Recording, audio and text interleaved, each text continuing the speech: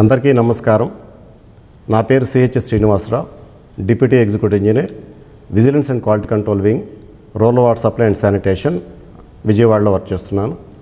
ఈ కార్యక్రమం వచ్చిన అందరు ఇంజనీరింగ్ అసిస్టెంట్స్కి ముఖ్యంగా చెప్పేది ఏమంటే, మనకి ప్రతి మనిషికి కావాల్సిన బేసిక్ నీడ్ అనేది వాటర్ సప్లై. ప్రతి యొక్క responsibility of the GP also, primary responsibility of the GP also water supply. కాబట్టి ఈ వాటర్ సప్లై సిస్టంలో మీరు టాప్ ప్రయారిటీగా తీసుకొని చేయాల్సిన అవసరం ఉంది. దీనికి సంబంధించి మీ క్వాలిటీ కంట్రోల్ వింగ్ ఎగ్జిక్యూషన్లో మీరు ఉండకపోయినా కానీ బేసిక్ పారామీటర్స్ స్టార్టింగ్లో మీరు మీ హ్యాబిటేషన్లో జరిగే వర్క్స్కి సంబంధించి ప్రిలిమినరీ ప్రికాషన్స్ టెస్టింగ్ పార్ట్లో మీరు లేకపోయినా క్వాలిటీ కంట్రోల్ చెక్ అయ్యి వచ్చిన ప్రతి పైపు, ప్రతి మోటారు, ప్రతి మెటీరియల్ని as per the tested material ప్రకారం వచ్చిందా లేదా చెక్ చేసుకోవాల్సిన బాధ్యత ఉంటుంది. జనరల్గా మనకు సంబంధించిన ఏమేమి పారామీటర్స్ ఉంటాయనేది, ఏమేమి వాడుతుంటాం అనేది 1-2 సెషన్స్లో క్లియర్గా కవర్ చేస్తున్నారు. కాకపోతే ఫీల్డ్లో ఉండే ప్రాబ్లమ్స్ ఎలా ఉంటాయి, దాన్ని ఎలా అనేది మీకు చేస్తే చాలా ఉపయోగకరంగా ఉంటుంది. దీనికి సంబంధించి గతంలో ఎన్ఆర్డిడబ్ల్యూ ప్రోగ్రామ్ కింద 40 ఎల్పిసిడి డిజైన్ చేసి ప్రతి మనిషికి 40 లీటర్లు ఇవ్వాలనే ఉద్దేశంతో డిజైన్ చేశారు. తర్వాత బేసిక్ నీడ్స్, ఇన్ఫ్రాస్ట్రక్చర్ డెవలప్ అయిన తర్వాత ఇతర అవసరాలను దృష్టిలో ఉంచుకొని 55 లీటర్లు ఇవ్వాలనే ఉద్దేశంతో 55 లీటర్స్ ప్రకారంగా ఇవ్వాలని, పూర్తి స్థాయిలో ఇవ్వాలంటే గతంలో చెప్పినట్టుగా కేటగరైజ్ చేస్తున్నారు. ఎఫ్సి అని, ఫుల్లీ కవర్డ్ అని, పార్షియల్లీ కవర్డ్ పీసీ అని, నాట్ కవర్డ్ అని, ఎన్ఎస్ఎస్ అని, నో సేఫ్ సోర్స్ అని, ఇలా డిఫరెంట్ కేటగిరీస్ ఉంటాయి. అదని వాటర్ అవైలబుల్ సోర్సెస్ని టెస్ట్ చేసి దాని ప్రకారంగా ఎంత క్వాంటిటీ ఇస్తున్నాము, ఏ క్వాలిటీ ఇస్తున్నాము అనే దాని ప్రకారం కేటగరైజ్ చేయడం జరుగుతూ ఉంటుంది. ప్రజెంట్ అయితే పూర్తిగా కవర్ చేయాలనే ఉద్దేశంతో government of India 55 litres per head ఇవ్వాలనే ఉద్దేశంతో ప్లాన్ చేసి ప్రోగ్రామ్స్ ముందు నడుపుతున్నాం.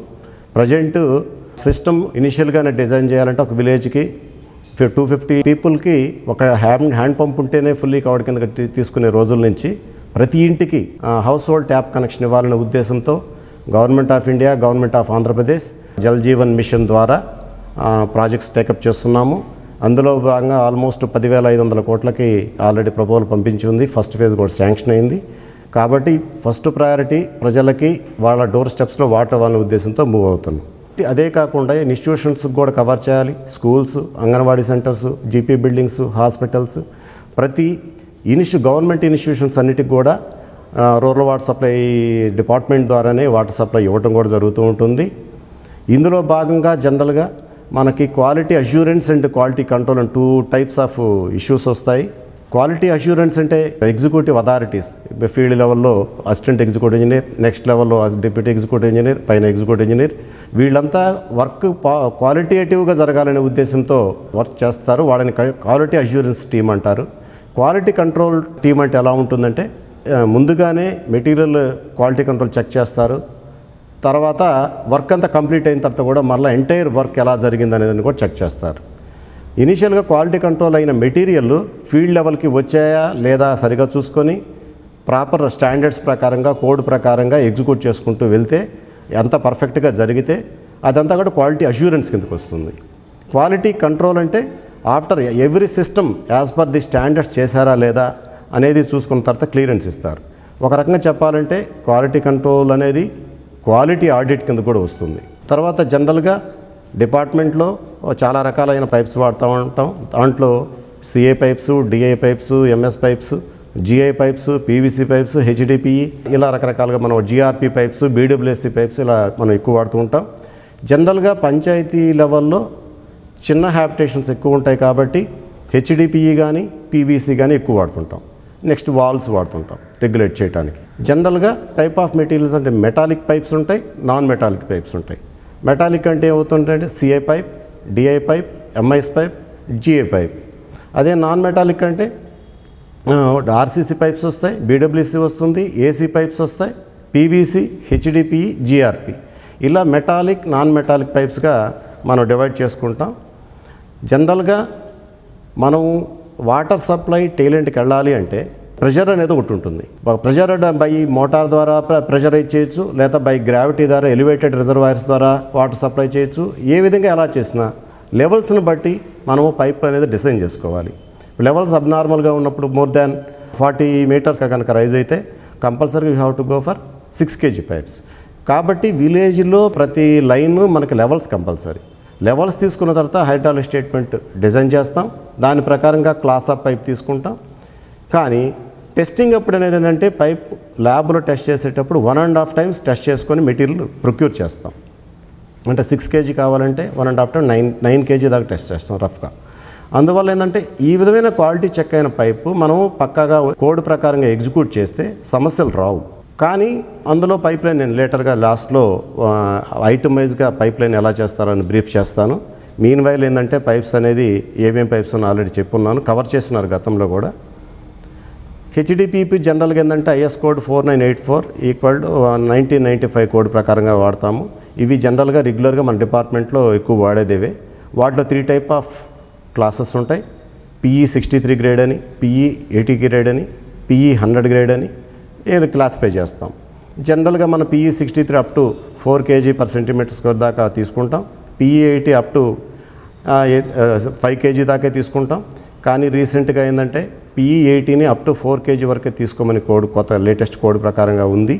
సో ఇప్పుడు more than 6 kg అన్న పైప్ అని PE 100 గ్రేడ్లో పర్చేజ్ చేస్తాం. వీటిలో మనం కూడా క్లాస్ ఆఫ్ పైప్ అని ఎలా డిఫైన్ చేస్తామంటే PN 2.5 అని, PN 4.0, PN 6.0, PN 10.0, PN 12.5, PN 16. PN 16 అంటే నథింగ్ బట్ 16 kg/cm² అని, ఇంకా నథింగ్ లేదంటే 1.6 MPa అంటాం. జనరల్గా ఈ సైజెస్ అనేవి HDPE పైప్స్ 16 mm నుంచి 1000 mm దాకా ఉంటాయి. కలర్ జనరల్గా బ్లాక్ కలర్లో ఉంటుంది. దాని మీద 3 mm long blue colour strip ఉంటుంది. డ్రింకింగ్ వాటర్ పర్పస్కి వాడాలనుకుంటే మనకి వాళ్ళు కలర్ కోడింగ్ అనేది ఇస్తారు. హెచ్డి పైప్ ఏ కలర్లో 3 mm విడ్త్ లైన్ ఏ కలర్లో ఉంటే అది ఏ టైప్ ఆఫ్ పర్పస్కి వాడాలనేది డిఫైన్ చేస్తారు. మన వాటర్ సప్లై వరకు అయితే బ్లూ స్ట్రిప్ ఉంటుంది. జనరల్గా పైప్ లైన్ ట్రెంచ్ అనేది ఎంత డెప్త్లో ఉండాలి అనేది మీరు ఫీల్డ్లో ఎగ్జిక్యూట్ చేస్తూ ఉంటారు. కాబట్టి ఇప్పుడు ఏదైనా చిన్న స్కీమ్గా ఇంటర్నల్ డిస్ట్రిబ్యూషన్ కావచ్చు, ఒక చిన్న లేన్కి ఒక స్మాల్ ఎక్స్టెన్షన్ కావచ్చు, న్యూ కావచ్చు, ఓల్డ్ కావచ్చు, ఏదైనా కానీ మనం ఏ సైజు పైప్ అయితే వాడుతున్నామో దాని మీద 1 meter ఎర్త్ సపోర్ట్ రావాలి. అంటే సపోజ్ 63 mm అనుకోండి, 63 అంటే 1.06 మీటర్ కావాలి.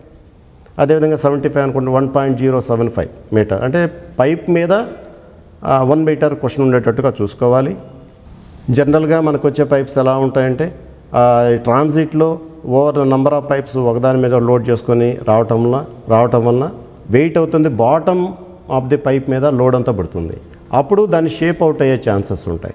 దానికి ఏంటంటే నథింగ్ బట్ మనం ఏమంటామంటే వాటిని ఓవాలిటీ అంటాం. షేప్ అంటే ఒక డయామీటర్ క్రష్ అయినట్టుగా అయ్యి రౌండ్ అయ్యి, ఒక డయామీటర్ వన్ సైడ్ ఎక్కువ అయ్యి వన్ సైడ్ కొంచెం క్రష్ అయినట్టుగా వస్తాయి. వాటిని జాగ్రత్తగా చూసుకోవాలి. అవి అప్పుడు ఎందుకు ప్రాబ్లం వస్తుందంటే జాయింటింగ్లో ప్రాబ్లం వస్తుంది, అక్కడ లీక్ వచ్చే అవకాశాలు ఎక్కువ ఉంటాయి. తర్వాత మనము మెటీరియల్ క్వాలిటీ కంట్రోల్ వింగ్ నుంచి క్వాలిటీ కంట్రోల్ చెక్ అయిన తర్వాత సర్టిఫికేట్ ఇష్యూ చేస్తారు.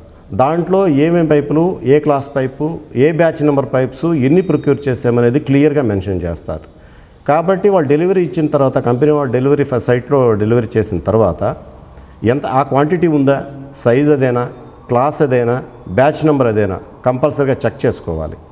అదేవిధంగా సెకండ్ ఐటమ్ రెగ్యులర్గా మన పంచాయతీల్లో వాడే పైప్స్లో PVC అనేది అన్ప్లాస్టిసైడ్ పాలీవినైల్ క్లోరైడ్ అంటాం వీటిని. ఇది కూడా ఆల్మోస్ట్ HDPE మెథడ్లోనే ఉంటుంది. క్వాలిటీ కంట్రోల్ చెక్ అయినా, పైప్ లైన్ లే చేయటమైనా. కాకపోతే ఆడ PN కోడింగ్ ఇచ్చి ఉంటాం. PN అలా ఇక్కడ కాకుండా క్లాస్ 1 అంటాం. క్లాస్ 1 అంటే 2.5 kg, క్లాస్ 2 అంటే 4 kg, క్లాస్ 3 అంటే 6 kg, క్లాస్ 4 అంటే 8 kg, క్లాస్ 5 అంటే 10 kg, క్లాస్ 6 అనేది 12.5 kg.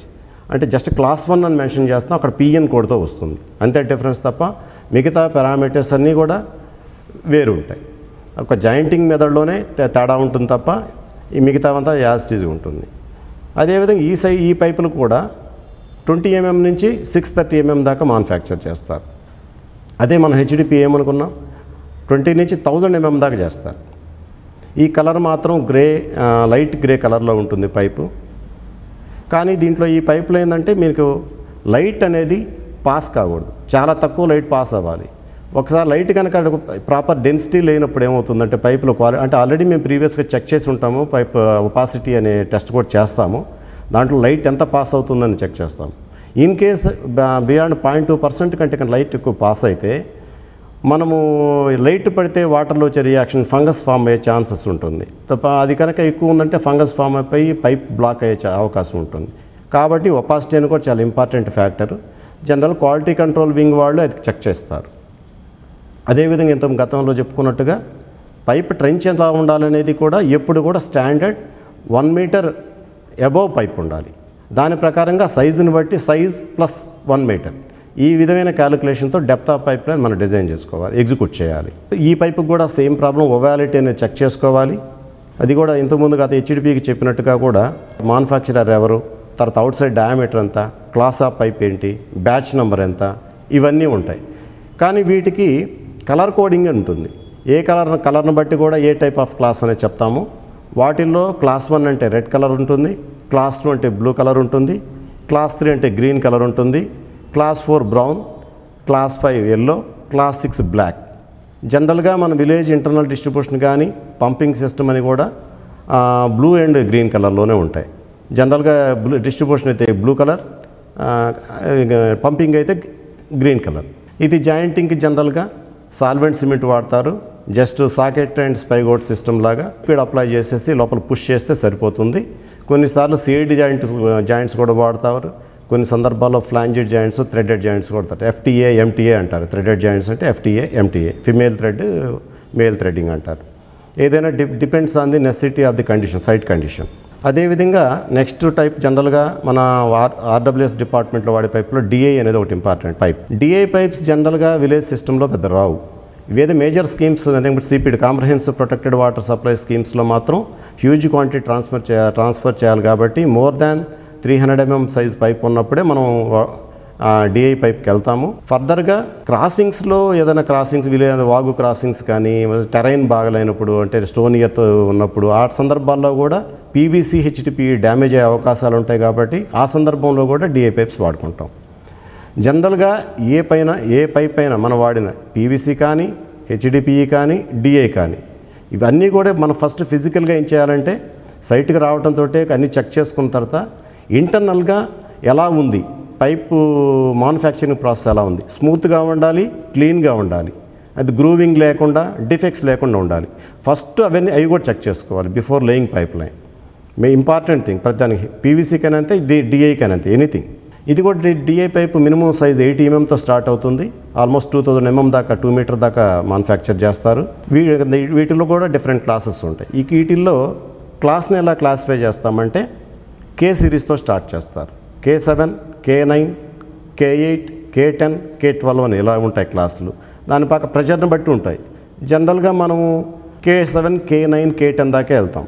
ఈ స్పెసిఫిక్ కేసు టెరైన్ అనేది అబ్నార్మల్గా ఉన్నప్పుడు, డీప్ వ్యాలీస్, డీప్ రైజెస్ ఉన్నప్పుడు అప్పుడే హై క్లాస్కి వెళ్తూ ఉంటాం. ఏదైనా హైడ్రాలిక్ స్టేట్మెంట్ ముందు అప్రూవ్ అయిన తర్వాతనే దాని ప్రకారంగానే క్లాసెస్ డిసైడ్ అవుతాయి, సైజులు డిసైడ్ అవుతాయి. దాని ప్రకారమే మనం ప్రొక్యూర్ చేసుకొని ముందుకెళ్తూ ఉంటాం. ఇవి కూడా స్టాండర్డ్ లెంగ్స్ ఎలా ఉంటాయంటే 4 మీటర్, 5 మీటర్, 5.5 మీటర్ ఉంటుంది. ఇక్కడ కూడా పైప్ లైన్ ట్రెంచ్ కూడా ఎలా ఉంటుందంటే ఏదైనా 1 మీటర్ ప్లస్ అన్నట్టుగా దీనికి కూడా అదే సేమ్ సిస్టమ్ అప్లై అవుతుంది. Size of the pipe plus 1 metre ఎత్తు క్వశ్చన్, అది that is the depth of trench. ఈ పైపులకు కూడా దానికి సంబంధించిన మ్యానుఫ్యాక్చర్ ఎవరైనా సింబల్ ప్రింట్ చేసి వస్తారు. దాని మీద సైజ్ నామినల్ డయామీటర్ ఎంత ఉంటుంది, ఏ క్లాస్ పైప్ అనేది K7, K9, K10 అలా మెన్షన్ చేస్తారు. ఏ ఇయర్లో మ్యానుఫ్యాక్చర్ చేసిన కూడా లాస్ట్ 2 digits ఇయర్ని రిప్రజెంట్ చేస్తాయి. వీటికి కూడా జాయింటింగ్ ఎలా అనే దాని మీద వీటిలో 4 types ఆఫ్ జాయింట్స్ వాడతాం. పుష్ ఆన్ జాయింట్ అని, ఫ్లాంజెడ్ జాయింట్ అని, flexible joint and interconnection, restrained joint అని ఉంటాయి. మనము ఎప్పుడు జనరల్గా అయితే ఇవన్నీ పుష్ ఆన్ జాయింట్సే వస్తాయి. ఇన్ కేస్ అదర్ పైప్స్తో కానీ ఈ క్రాసింగ్స్ వచ్చేటప్పుడు కానీ, టీ జాయింట్స్ వేసినప్పుడు కానీ, ఎయిర్ వాల్స్ బిగించేటప్పుడు కానీ, ఎనీ వాల్స్ బిగించేటప్పుడు కానీ అదర్ జాయింట్స్ వస్తాయి. Flanged joints, just like flexible joint, interconnection joints వస్తాయి. అదేవిధంగా BWSC bar wrapped steel cylindrical pipes అని వస్తాయి. ఇవి కూడా మన డిపార్ట్మెంట్లో ఆల్మోస్ట్ వాడట్లేదు. More than 1000 mm diameter pipe necessity ఉన్నప్పుడు, కాస్ట్ అనేది కన్స్ట్రైన్ అయినప్పుడు అప్పుడు DI నుంచి DI వాడకుండా BWSC వాడతాం. కాస్ట్ కనుక ప్రాబ్లం లేదనుకుంటే DI పైప్కే వెళ్తుంటాం. ఇది కూడా 250 mm మినిమం సైజు నుంచి 16 mm దాకా ఉంటుంది. జనరల్ స్టాండర్డ్ లెంగ్స్ అయితే 4 మీటర్ నుంచి 6 మీటర్ దాకా ఉంటాయి.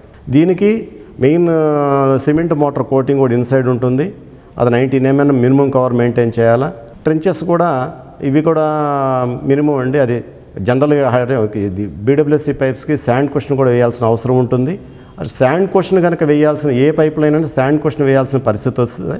Depth of the sand question plus size of the pipe plus 1 metre plus ఈ కంబైన్ చేసుకొని డెప్త్ ఆఫ్ ద ట్రెంచ్ అనేది డిసైడ్ అవుతుంది. కాబట్టి మనం అక్కడ ఉన్న పైప్ లైన్ వేసే ట్రెంచ్ సాయిల్ని బట్టి మనము డెప్త్ని డిసైడ్ చేసుకోవాలి. ఓవరాల్గా 1 మీటర్ అబోవ్ అనేది స్టాండర్డ్ థింగ్, మిగతావన్నీ వేరీ అవుతూ ఉంటాయి. ఇప్పుడు క్వశ్చన్ థిక్నెస్ ఎక్కువ అవుతుంది అనుకోండి, 150 mm వేసుకోవాల్సి వస్తే 15 సెంటీమీటర్స్ యాడ్ అవుతుంది, ప్లస్ పైప్ ఉంటుంది, ప్లస్ 1 మీటర్ ఉంటుంది. ఇలా మనం ఓవరాల్గా వేసే పైప్ని బట్టి సైజుని బట్టి సాయిల్ని బట్టి ట్రెంచ్ సైజ్ అనేది డిసైడ్ అవుతుంటాయి. క్యాస్ట్ ఐరన్ పైప్స్ కూడా ఇంకొక జనరల్గా ఏంటంటే ఇవన్నీ ఓవర్ హెడ్ ట్యాంక్స్కి వర్టికల్ పైప్ కనెక్షన్స్ కానీ ఎక్కువగా ఇవి వాడతాం. Sometimes air valves position దగ్గర టీ జాయింట్స్ అని టీలు కానీ ఇవన్నీ క్యాస్ట్ ఐరన్తో మ్యానుఫ్యాక్చర్ అవుతాయి.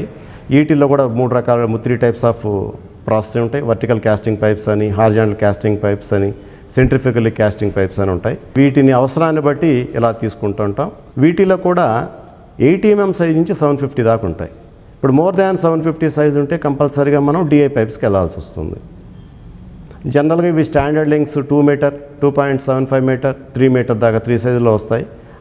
స్పెసిఫిక్ పర్పస్తో కావాలనుకున్నప్పుడు కూడా మనం సైజు చెప్పి ఆర్డర్ ఇచ్చుకొని చేసుకోవచ్చు. దీనికి కూడా ట్రెంచ్ సైజెస్ కూడా డిజైన్ చేసి 80 నుంచి 150 mm దాకా 0.9 మీటర్ బై 1.2 మీటర్, 200 నుంచి 300 mm సైజ్ దాకా 0.9 బై 1.3 మీటర్, డెప్త్ 350 నుంచి 450 దాకా 1 మీటర్ బై 1.4 మీటర్, 500 నుంచి ఇవన్నీ కూడా ఏంటంటే 500, 600, 700 వీటన్నిటికి ఏం చేస్తా అంటే ప్లస్ 100 మీటర్ కూడా యాడ్ చేస్తా. 100 అంటే బహుశా 110 బై 1.6 అని, 600 mm అయితే 1.2 బై 1.7 ఇలా లాస్ట్లో 1000 mm అయితే 1.5 మీటర్ బై 2 మీటర్ అని. ట్రెంచ్ సైజెస్ అనేది ఇవి స్టాండర్డ్గా మీకు కమ్యూనికేట్ చేసాము.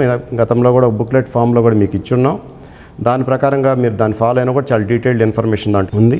ఇవి పైప్స్ సంబంధించి రెగ్యులర్గా మనం పంచాయతీలో వాడేదానికి సంబంధించి. మళ్ళీ మేజర్ ఇంపార్టెంట్ ఇష్యూ ఏంటంటే పంపింగ్ అనేది బై మీన్స్ పంప్ సెట్స్ ద్వారా పంప్ చేస్తాం. వాటిల్లో సబ్మెర్సిబుల్ పంప్స్ అని ఉంటాయి, సెంట్రిఫ్యూగల్ పంప్స్ ఉంటాయి, వర్టికల్ టర్బైన్ పంప్స్ ఉంటాయి. జనరల్గా మన విలేజ్ లెవెల్లో వర్టికల్ పంప్స్ అనేది పెద్దగా అవసరం రాదు. అందుకంటే heavy duty pumps, high head ఉంటాయి, హై డిశ్చార్జ్ ఉండే పంప్స్ ఉంటాయి.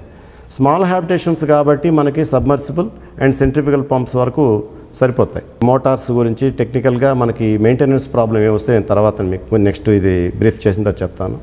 తర్వాత మనము ఈ వాటర్ జనరల్గా మన సోర్సెస్ ఎలా ఉంటాయంటే బోర్వెల్ ఉంటుంది, రివర్స్ నుంచి ఫిల్టర్ పాయింట్స్ తీసుకుంటాము. కొన్నిసార్లు సబ్ సర్ఫేస్ అంటే నథింగ్ బట్ అది ఫిల్టర్ పాయింట్స్, బోర్వెల్స్ ఉంటాయి, ఓపెన్ వెల్స్ ఉంటాయి.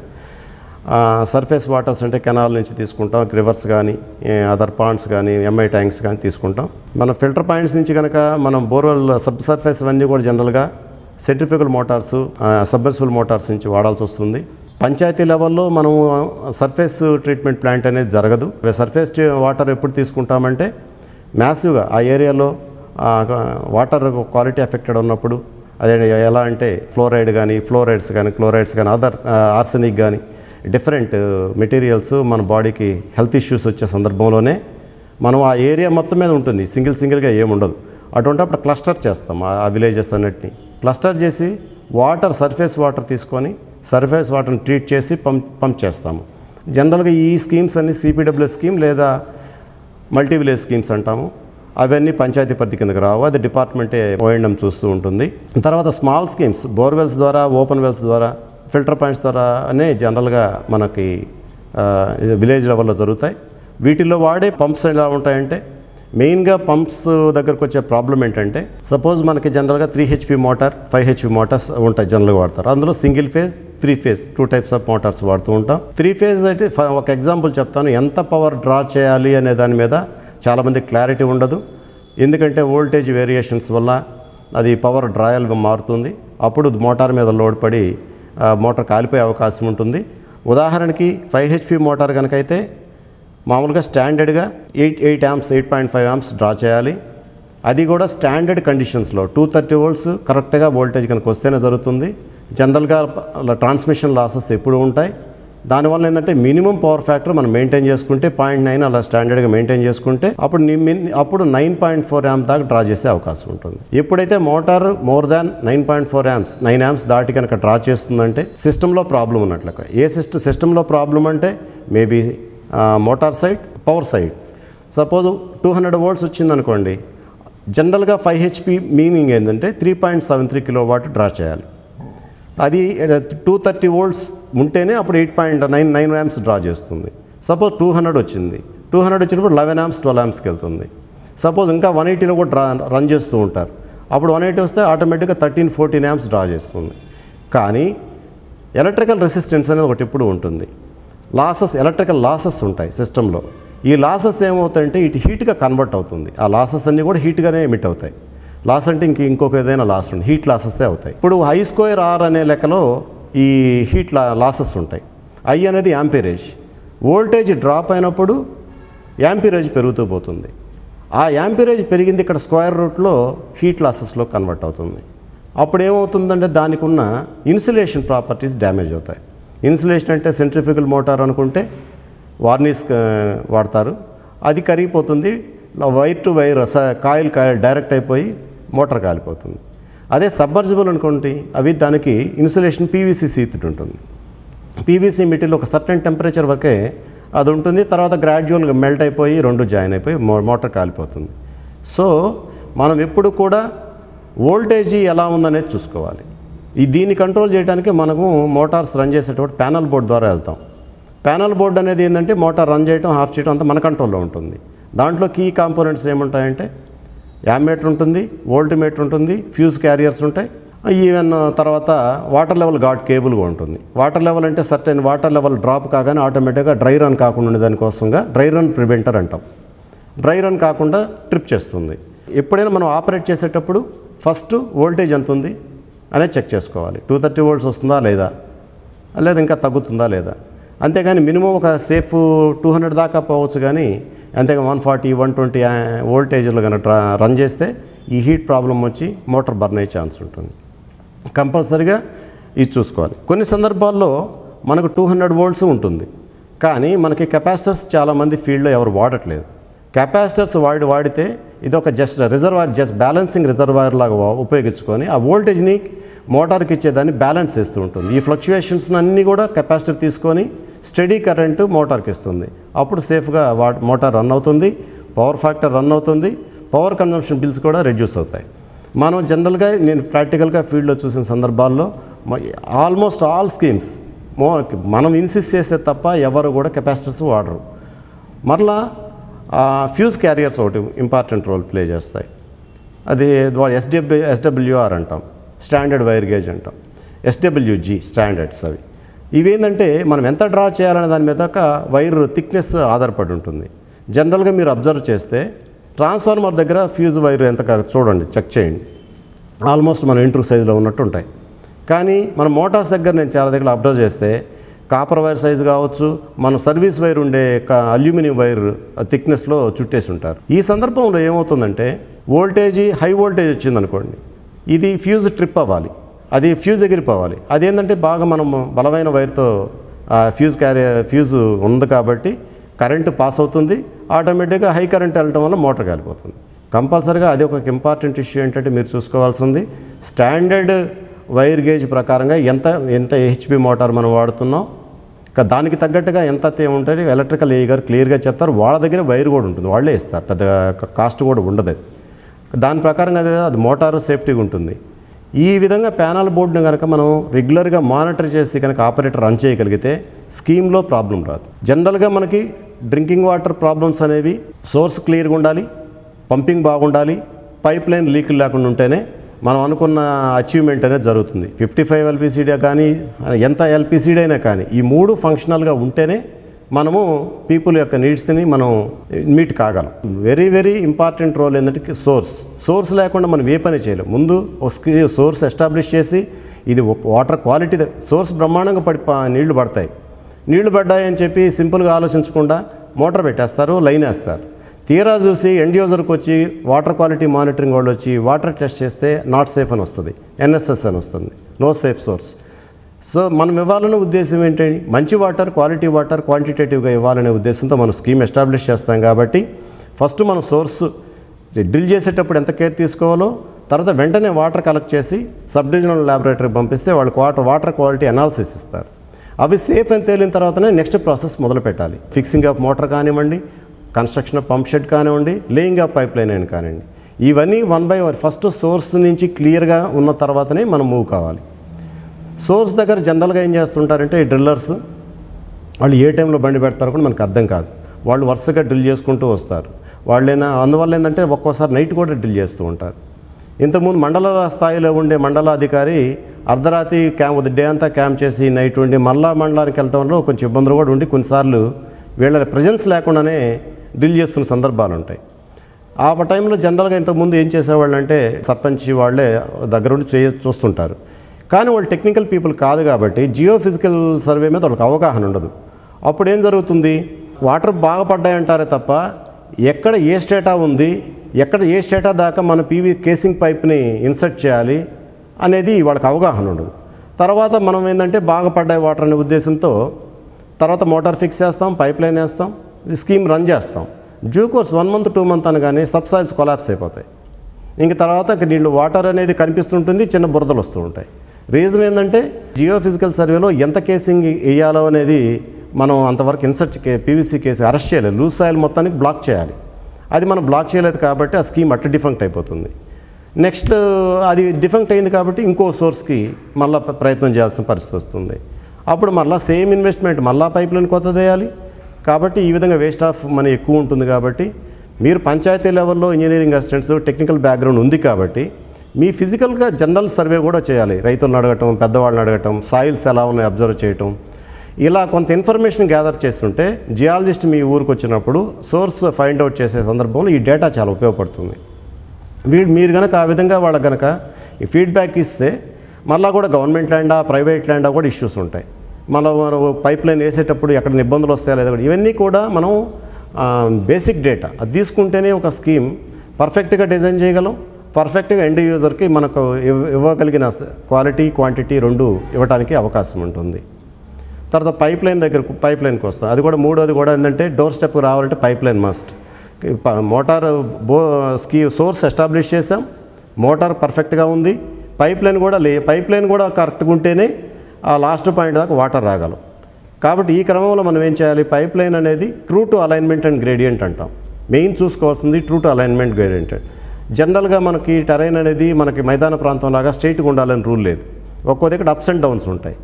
ఆ డౌన్ ఉన్న దగ్గరేమో 1 meter తీసి అప్ ఉన్న దగ్గర 1 meter తీస్తే బేసిక్ మన సర్ఫేస్ని బట్టి మనం మూవ్ అయితే చివరికి ఏమవుతుందంటే పైప్ లైన్ లేయింగ్లో ఎర్రర్ వస్తుంది. కరెక్ట్గా ఉండాలి పైప్ లైన్ అంటే ఒక దగ్గర 1 meter అనుకోండి, స్టాండర్డ్ డెప్త్ మీకు చెప్పారనుకోండి, ఒక దగ్గర 1.1 రావచ్చు, ఒక దగ్గర 0.9 కూడా రావచ్చు. ఎందుకంటే అక్కడ డౌన్ ఉంది కాబట్టి 0.9తో అలైన్మెంట్ స్ట్రైట్గా వెళ్ళాలి కాబట్టి అక్కడ డెప్త్ తగ్గింది, కొంచెం ఒక ఎత్తు వచ్చింది, స్టడీగా పోతున్నాము, ఒక దగ్గర చిన్న హైట్ వచ్చింది. అదే స్టడీగా పోయినప్పుడు ఆడ 1 meter కాస్త 1.1 1.2 meter రఫ్గా పెరగచ్చు. అది 1.2 అవుతుంది, నేను 1 అవుతాను అని చెప్పానంటే మాత్రం స్పెసిఫికేషన్ ప్రకారంగా అది రాంగ్ అవుతుంది. రన్నింగ్లో లాంగ్ రన్లో పైప్ లైన్ డ్యామేజ్ స్కోప్ ఉంటుంది. కాబట్టి ఎప్పుడు కూడా బెడ్ అనేది స్ట్రైట్ లైన్లో హారిజాంటల్గా అనేది వర్టికల్గా చాలా స్ట్రైట్గా ఉండాలి. హారిజాంటల్ అనేది కొంచెం ఫ్లెక్సిబుల్గా పైప్ అటు ఇటు బెండ్ అయినా ప్రాబ్లం రాదు. కాబట్టి డెప్త్ అనేది కొంచెం వేరియబుల్గా ఉంటుంది, అదొకటి చూసుకోవాలి బెడ్ ప్రిపరేషన్లో. తర్వాత పైప్ లైన్ ఫిల్లింగ్ అనేది ఎంతవరకు మనం ఫిల్ చేస్తున్నాము, ఏ సాయిల్ ఫిల్ చేస్తున్నామని చూసుకోవాలి. పైపు లే చేసిన వెంటనే సాఫ్ట్ సాయిల్స్ ఫస్ట్ ఇనిషియల్గా మనం డంప్ చేయాలి, తర్వాత మనం దాని ప్రకారంగా ఫిల్ చేసుకుంటూ వెళ్ళాలి. ఈ విధంగా మనము సోర్స్ ఎస్టాబ్లిష్ చేసేటప్పటి నుంచి మోటార్ ఫిక్సింగ్ అంటే రిక్వైర్డ్ డెప్త్ డిజైన్ చేసుకోవటం, ఫిక్స్ చేయటం, తర్వాత పైప్ లైన్ లే చేయటం అన్నీ కంప్లీట్ ఒక పద్ధతిగా చేసుకుంటే మనకి మీ యొక్క గోల్ అనేది బేసిక్ గోల్ అనేది ప్రైమరీ డ్యూటీ అనేది ఫుల్ఫిల్ చేసిన వాళ్ళు అవుతారు. అది మీరు మెయింటైన్ ఓఎండ్ఎంలో మీరే ఉంటారు కాబట్టి ఇవన్నీ చాలా ఇంపార్టెంట్గా తీసుకోవాలి. Source, motor, pipe line. ఈ విధంగా నేను చెప్పిన విధంగా సోర్స్ దగ్గర నుంచి మోటార్, పైప్ లైన్ ఇవన్నీ మీరు ఎగ్జిక్యూషన్లో ఇన్వాల్వ్ అయ్యి మీరు కనుక చేసుకుంటే మీ మెయింటెనెన్స్లో కానీ ఎక్కడ సమస్యలు రావు, మీరు ప్రశాంతంగా మీరు ఇతర టాస్క్ మీద మీరు ఫోకస్ చేయొచ్చు. ఇప్పటివరకు చెప్పిన విషయాలన్నీ మీరు గుర్తుంచుకొని సోర్స్ దగ్గర నుంచి motor, pipe line, tap connections everything కనుక మీరు ఎగ్జిక్యూట్ చేయించుకోగలిగితే మీకు వాటర్ సప్లై సైడ్ నుంచి ఎటువంటి సమస్యలు రావు. వాటర్ సప్లైలో సమస్యలు లేవంటే మీరు సక్సెస్ఫుల్గా మీ జాబ్ని డ్యూటీని చేస్తున్నట్టు ఉంటుంది. ఈ విధి మీకు సక్సెస్ స్టోరీగా ఎక్కడైనా చెప్పుకోవడానికి బాగుంటుంది, మంచి ఎక్స్పీరియన్స్ కూడా ఉంటుంది. కాబట్టి ఇది పాటిస్తారని ఆశిస్తూ అందరికీ నమస్కారం.